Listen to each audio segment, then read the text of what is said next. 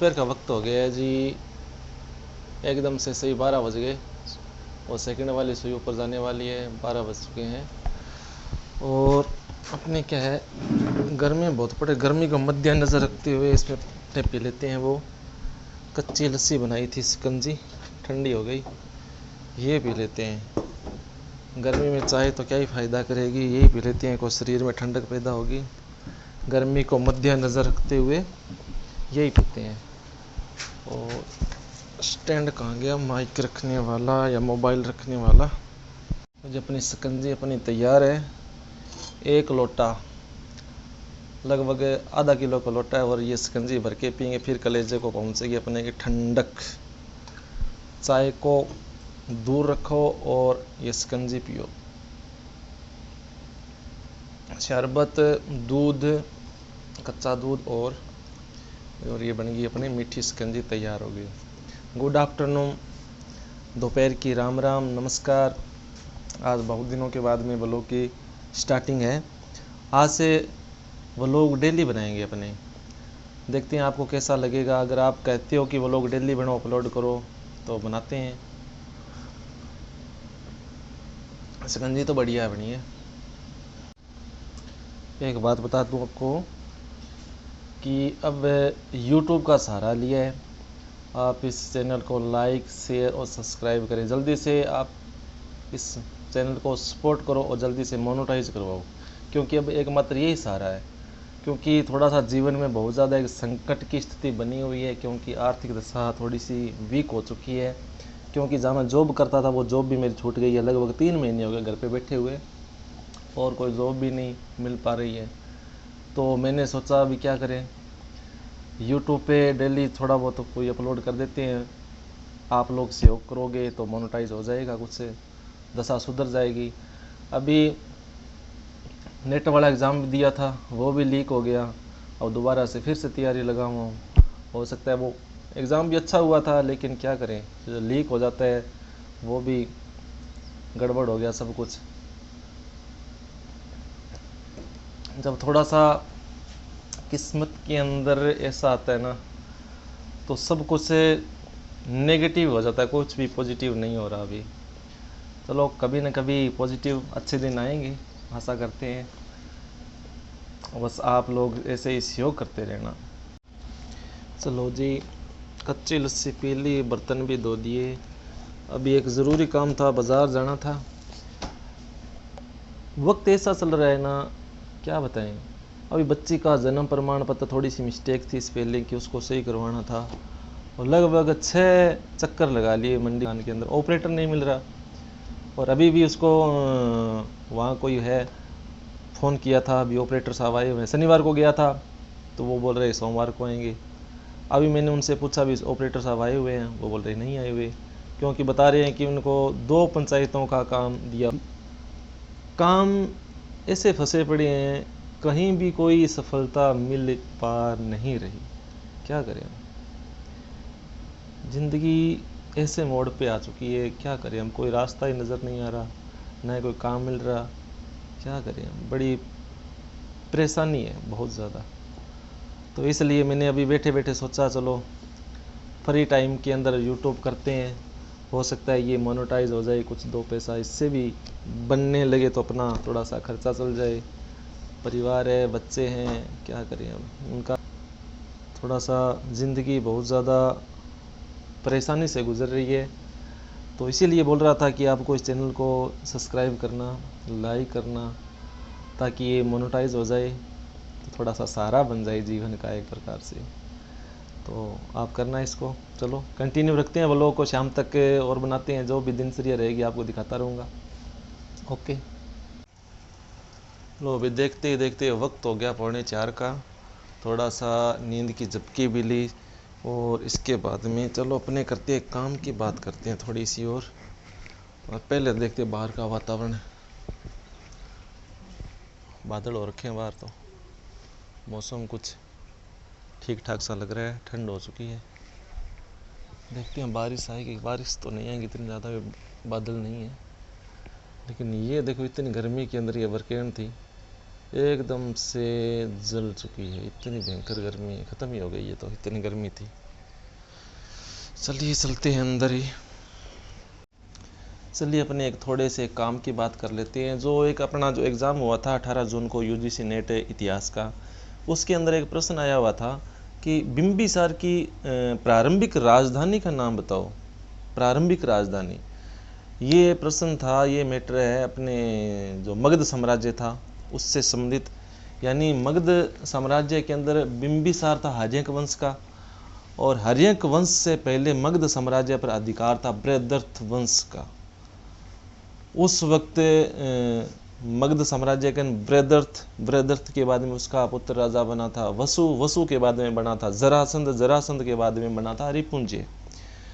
यानी जो हर्यक वंश था उसका संस्थापक बताते हैं कि बिंबिसार था। और बिंबिसार हर्यक वंश के को पितृहंता वंश भी कहा जाता है। यानी जितने भी जो शासक बने थे अपने अपने पिता की हत्या करके ही राजा बने थे, पितृहंता वंश इसको कहा जाता है। और कहते हैं कि जब बिंबिसार ने मगध साम्राज्य पर अधिकार किया था तब मगध साम्राज्य की राजधानी थी गिरिव्रज। यानी बृहद्रथ के बाद में वसु राजा बना था, वसु ने इसकी स्थापना की थी। कोई छोटा मोटा कोई शहर बसा दिया होगा वसु ने, और जरासंध ने इसको अपनी राजधानी बना लिया था। यानी जब बिंबिसार ने मगध साम्राज्य पर अपना अधिकार जताया, अपना अधिकार कर लिया था, तब कहते हैं कि बिंबिसार की जो राजधानी थी, प्रारंभिक राजधानी, वो थी गिरिव्रज।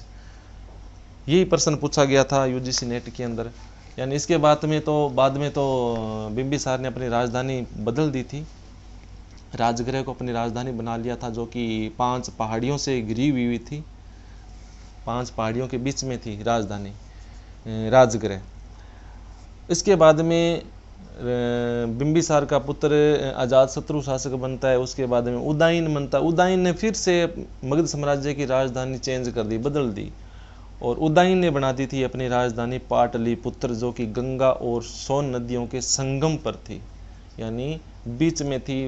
मतलब यानी सुरक्षा की दृष्टि से बहुत ही अच्छी जगह राजधानी बसाई थी, और राजगृह भी बहुत ही बढ़िया अच्छी लोकेशन पर थी। यानी 5 पहाड़ियाँ थी बड़ी बड़ी, यानी अचानक से शत्रु भी हमला नहीं कर सकता था, 5 पहाड़ियों से घिरी हुई थी।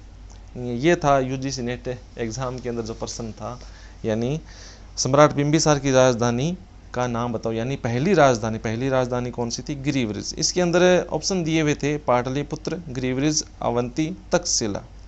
या न तो इसके अंदर तक्षशिला, न अवंती, पाटलिपुत्र और गिरिव्रज, इन दोनों में से चूज करना था, तो इसकी राजधानी आ गई गिरिव्रज।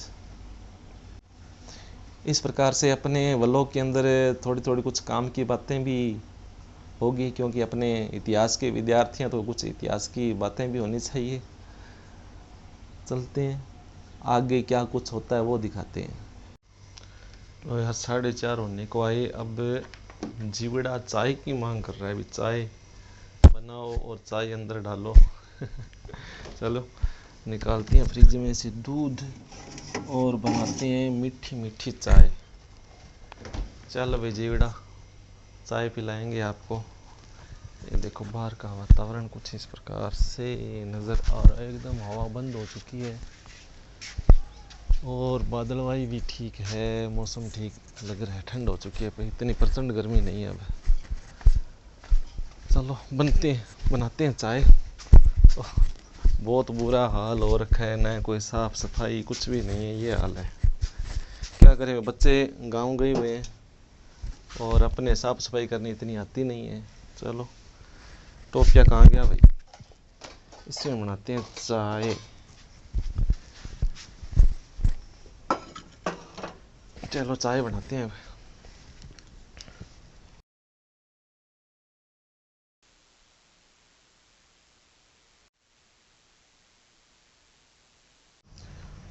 लो जी चाय तैयार है अपनी, चाय पीते हैं। अच्छी बनी है, मीठी मीठी है। अब खुद की बनाई हुई है, चाहे अच्छी बनो चाहे बुरी बनो, चाहे मीठी बनो चाहे फीकी बनो, पीनी तो अपनी है, तारीफ तो करनी पड़ेगी, अपनी बनाई हुई है। नहीं वैसे अच्छी बनी है। रोज़ाना तो अर्धांगिनी जी बनाती है चाय, वो आज गांव गई हुई है। तो पहले तो ये अच्छी नहीं बनी, इसमें अदरक नहीं डाली, इसमें ये नहीं, ये फीकी बनी है, ये ज़्यादा मीठी हो गई, सौ नखरे। अब अपने नखरे किसको जताएं भाई। जैसे भी अपनी चाय पी लो। नहीं वैसे अच्छी बनी है, बढ़िया है। लो भाई शाम के बज गए 6 और लाइट चली गई। चलो देखते हैं बाहर का वातावरण कैसा है। बाहर भी अच्छी खासी ठंड हो चुकी है, ठीक है मौसम। चलते हैं थोड़ी देर बाहर। लाइट चली गई और ये तार निकाल देते हैं पंखे की, फ्रिज चलने देते हैं। चलो बाहर का वातावरण देखते हैं। अभी 12 भी नशा में मिस्त्री जी लाग रहे, लिपाई कर दी सुबह लग गया और लिपाई कर दी बढ़िया। चलो कई इधर गप्पा मार गया हूँ मिस्त्री जी कन, कई इधर पता ही करा चक्रा क्यों काम ने तावड़ हो गयो, तावड़ हो गयो घोड़ो ठाम रखिए कौन तावड़ हो गया हूँ क्या तावड़ा तावड़ा सल्टा दियो। तावड़ा वाली लिपाई को अलग ही बड़ी है। अच्छा ऊपर की वो गिल्ली है नहीं पता था अलग है किसी देखो बागे। हाँ वीडियो ना। किसी फिल्म का वो किसने बनाया ये मुजस्समा, एक्टर कौन है अभी वहाँ?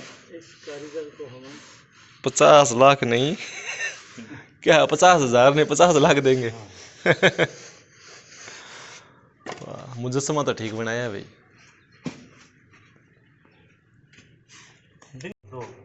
बी फिल्म में है सारा बेटा है सिस्टम ईशा भी नहीं है क्या बी में ही है वाह बुई खतर तो क्या ये किसने मजाया ये बनाया है मुजस्समा।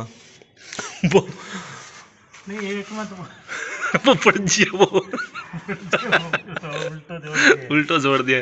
बी खतर तो क्या है हाँ ये नहीं किसने बनाया। यार फिल्म वो मोम को बने रो है फिल्म वो नहीं पढ़े तो नहीं अच्छा अरे फिल्म वो है देख मोम सी लग रही हो वो मैं हाथ में चला के मार दो नहीं ना को देते दो वो भी नहीं सीधा करे अच्छा गन्ना गुन्ना सी ढेर हो जे टेढ़ी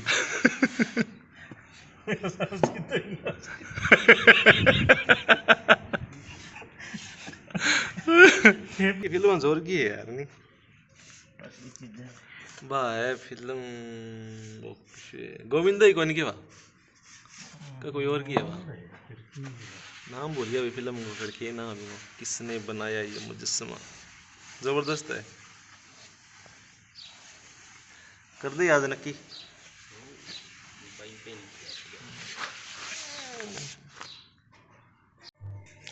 लो जी संध्या हो गई वो अपनी चारपाई को बाहर निकालते हैं। बाहर ठंड हो गई लगभग 7:30 19 को आ गई अपने यहाँ सोएंगे ठाठ से। ये लो जी यहाँ लगा देते हैं ये लो ये अपनी चारपाई यहाँ लग गई। और क्या निकालना है अब निकालते हैं ये कुर्सी जिस पे अपने रखेंगे फैन पंखा रखेंगे रात को। ये लगा ली कुर्सी अपने। और क्या निकालने वाला है और अपने ये निकाल देते हैं कंबल ठंडा हो जाएगा थोड़ी देर बाहर रख देते हैं। और ये वक्त हो गया पाठ पूजा का चलो पूजा कर देते हैं। ये देखो आपको दिखाता हूँ सनसेट ये इधर हो रहा है सनसेट सूर्यास्त हो रहा है। ये देखो ये एकदम से लाल लाल हुआ पड़ा है सारा सारा यहाँ से। और ये वातावरण इधर वो बकरियां खड़ी है और ये देखो कितनी गहराई से ये प्लॉट है जो हो जी अपना पार्ट डन 4-5 पारी लगा दी यहाँ पे।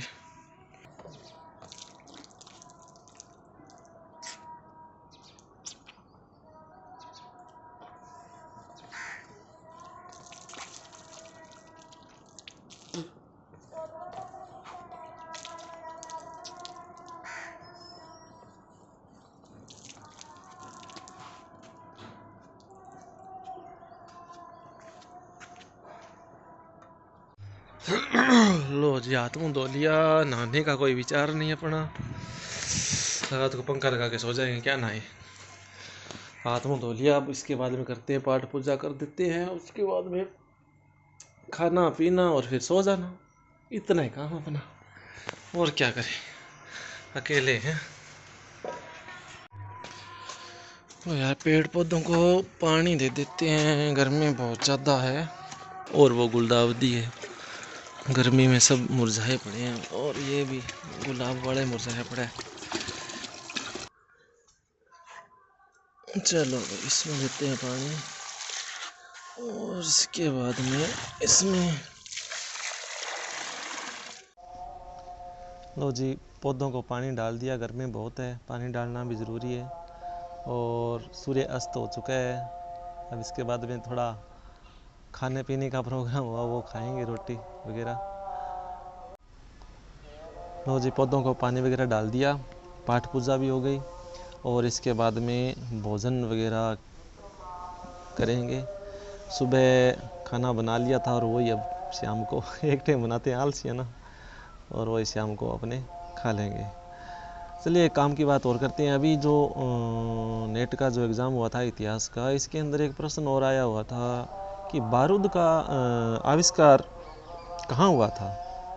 इसके अंदर ऑप्शन थे अफ़गानिस्तान, चीन, ईरान और भारत। इसके अंदर उत्तर आता है, यानी बारूद का आविष्कार जो हुआ था वो हुआ था चीन के अंदर। चीन पर मंगोलों ने आक्रमण किया। मंगोलों ने इसके बारे में जाना भी, बारूद किस प्रकार से बनाया जाता है। उसके बाद में कहते हैं कि मंगोलों से बाबर ने सीखा कि किस प्रकार से बारूद का प्रयोग किया जाता है। कुछ लोग कहते हैं कि भारत पर सबसे पहले जो बारूद का जो प्रयोग किया था, बारूद वो बाबर ने किया था। ऐसा नहीं है, बाबर ने तो 1526 के अंदर भारत पर आक्रमण किया था, लेकिन उससे पहले कहते हैं कि 1367 ईस्वी के अंदर बहमनी साम्राज्य और यानी बहमनी साम्राज्य और विजयनगर साम्राज्य के बीच में जो युद्ध हुआ था, इस युद्ध के अंदर बारूद का प्रयोग किया गया था। लेकिन कहते हैं कि जो पानीपत का जो प्रथम युद्ध हुआ था 21 अप्रैल 1526 के अंदर, बाबर ने इब्राहिम लोदी को पराजित किया था, और इस युद्ध के अंदर बाबर ने पहली बार तोपों का इस्तेमाल किया था।